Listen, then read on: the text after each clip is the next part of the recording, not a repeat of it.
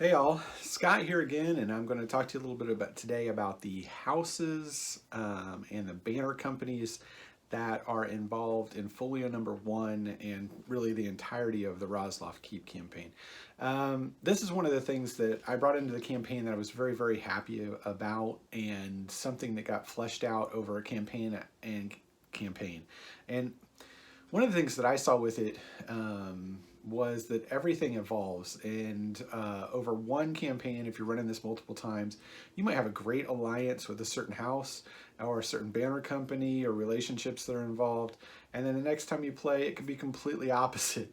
And that's one of the coolest things about it, because there's so many neat wrinkles that are involved in this.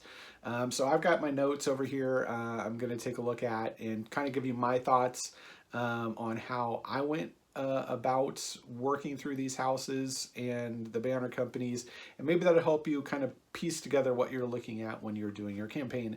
And again, this is from Folio #1. This is Folio #1.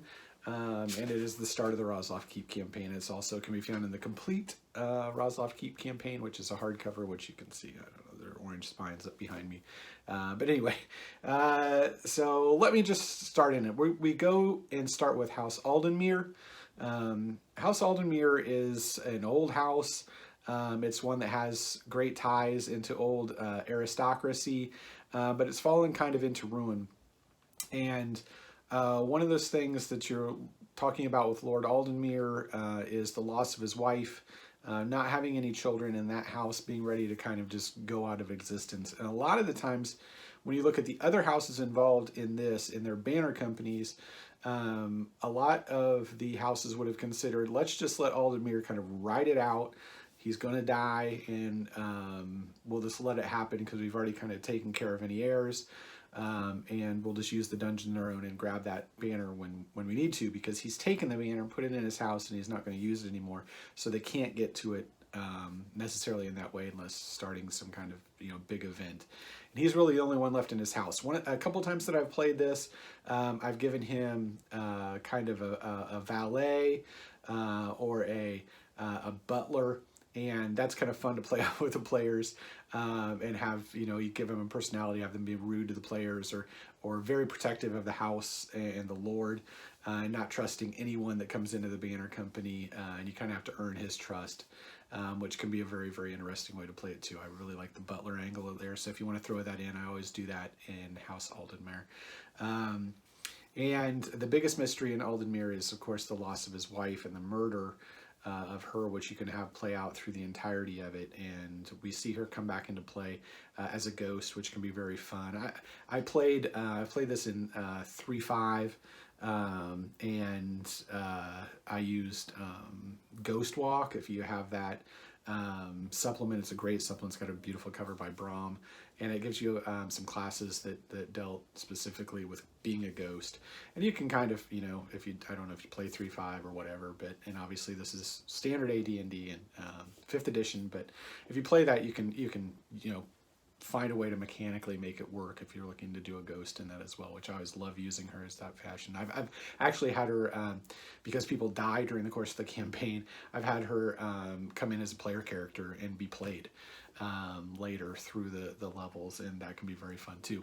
So again, you can use her in any ways you want to, but she's a great story piece and one of the keys to House Aldenmere. And of course, their standard is the Ivory Scimitar, which your characters will typically take on and be a part of that company. House Brian, this is the evil house. This is the one I typically use as the foil, and Alibis. Brian, I've had him be a drow before, but if you're using it as standard Roslof, you can just have him be, as I've described him in, it's a standard human. But anyway, he runs a nasty house that has two very powerful banner companies. That would be the Gilded Lancers and the Men of Iron. Men of Iron I typically use as a battering ram, just something to come in if you just want to hammer up the players a little bit. That's the way House Brian is going to use them as well. I've had them hunt the players down in the dungeon. One of the things that I've used in the course of the dungeon is have the dungeon can announced to the leader of the party who's in the dungeon. And when you hear Men of Iron come in, a lot of people panic and they want to get the heck out of the dungeon because they know they're just coming in for them. They're really just something to just throw at the players again and again. But there can be some kind of an alliance struck as well, if you wanted to use that in it as well. Then you've got the Gilded Lancers. The Gilded Lancers play a huge part in this campaign later on. And I won't go into that, but they're really just kind of a set aside. They are the very, very elite of all the companies there, and they're going very deep. They won't have any real connection to the Ivory Scimitar until much later in the campaign. But when you look at them, make sure that they, look down their noses at everybody if you ever see them and think that they're, shit don't stink, I guess is what you're looking at. Anyway, that's the way I've always looked at the Gilded Lancers. And then this house, Brienne, is the bad one. I typically have them be the ones that murdered Lord Aldermere's wife, and you can play that in as well. Then you go to House Nerolo. This is a neat house.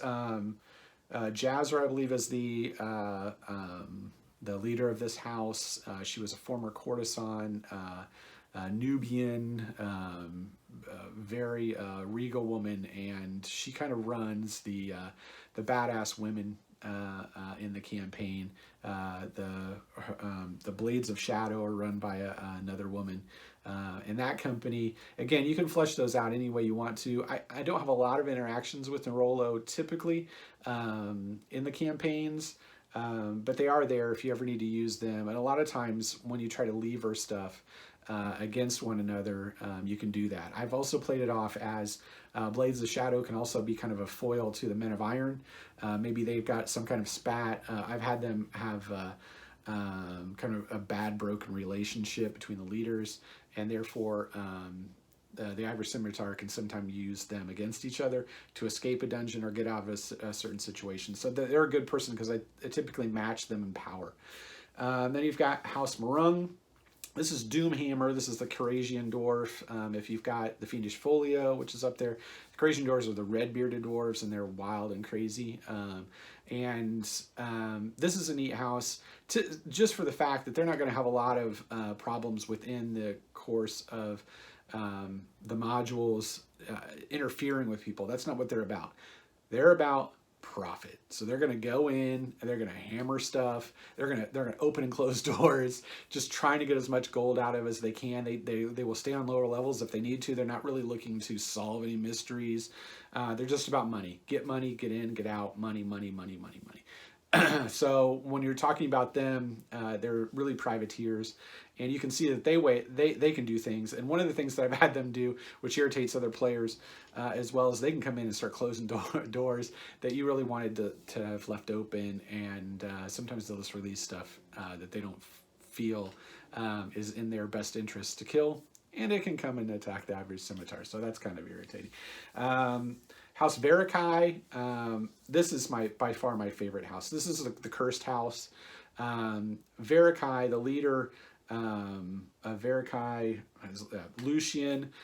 Lucian, of course, that's a playoff of the Underworld series.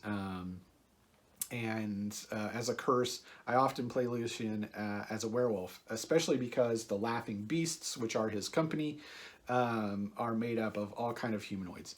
If you set this in a different way, where it's as I've talked about before, it's a bad humanoid city, it's not so crazy. But if you set it standard in the way that I do, I've set it up in these modules. This is a great company. And then Noel, which I've referred to in my campaigns. I don't think I mentioned this in any of the modules, but it's Yellow Eye, and he is. He's a lot of fun. One of the first things that I do every time that I start these adventures is the players will go down for the first time. They're like as soon as the entryway, not even room one, just the entryway when they're coming in, and the Laughing Beasts are coming out right at that same moment, and so you cross paths. And as a kind of a rite of passage, I have Yellow Eye take his blade. I usually have him some kind of wicked blade, and he just run it into the leader. of your company and just see what happens. Typically they know that they're done if they attack this group, and Yellow Eye just wants to stare at the person while he runs them through. And this is a run through, not as I'm going to kill you, but I'm going to just put my sword into you and see your reaction to it. So, he does, whatever hit points, maybe takes the person down 1 or 2 hit points. And then he just pulls it out and just leaves you there. And then if nobody else goes crazy and tries to attack them, they just leave. But it's basically kind of rite of passage, like, get used to it. We're not here to kill you, but we want you to know that we could. And the laughing beasts are awesome. I have a great time using those personalities and kind of riffing off of different things with the laughing beasts, and having them be probably the company that the Ivory Scimitar knows most, fears most, knows most, or has a relationship as they go further into the dungeon, and they obviously play a role, or could play a role at the end as well. And again, they're great fun to have around, and if you like gnolls, which I do, they're a perfect thing to have around. House Fabrace, this is the comic house. This is your comic relief. If you like to run a campaign, you can see over here I've got Is It Wrong to Pick Up Girls in a Dungeon? I've got that series over here, which I absolutely love. So if you're looking for kind of an anime comic relief way to run this dungeon, this is a great house to do it with, because you can play it off. This is a house that's run by elves and halflings. And obviously throw gnomes in there as well, and the Men of Earth, or the Brothers of Earth, are their company. And if you want to throw comedy in, you want to have gnomes doing stuff, you want doing traps. A lot of times I'll have the players run into traps that have been set up by the Brothers of Earth, and they're like, oh, sorry, didn't mean to catch you. That kind of stuff. The halflings can be annoying. And I typically like to run the elves as gray elves, which are in it, which are very kind of highbrow and otherworldly, and thinking about things that absolutely have no impact on humanity, because they're just in some other place. So it can be fun. You can even make them smoking tobacco, or doing mushrooms, or any kind of weird stuff that these guys do. It's kind of funny to run into them somewhere in the dungeon, or even see one of their camps that they might have had, and see some of their paraphernalia that they've left. Anyway, they're a fun group, and that's just some of my thoughts on the different houses and how they interact. A lot of times the main thing is going to be Aldenmere and Brion when it comes to house politics, but I wanted to go through the banner companies as well, just the way I've run them and how they interact, and their power or modus operandi. So again, those are the houses. Those are what you find within the dungeon. And then I think the next one of these, which might be the last, is I'll just go through the dungeon specifically and kind of tell you, what is up with my thoughts on how to run the dungeon and how it interacts. But anyway, hopefully you enjoyed this video, and I will leave a link to artofthegenre.com, which you can get any of these modules that you like. And they're discounted currently.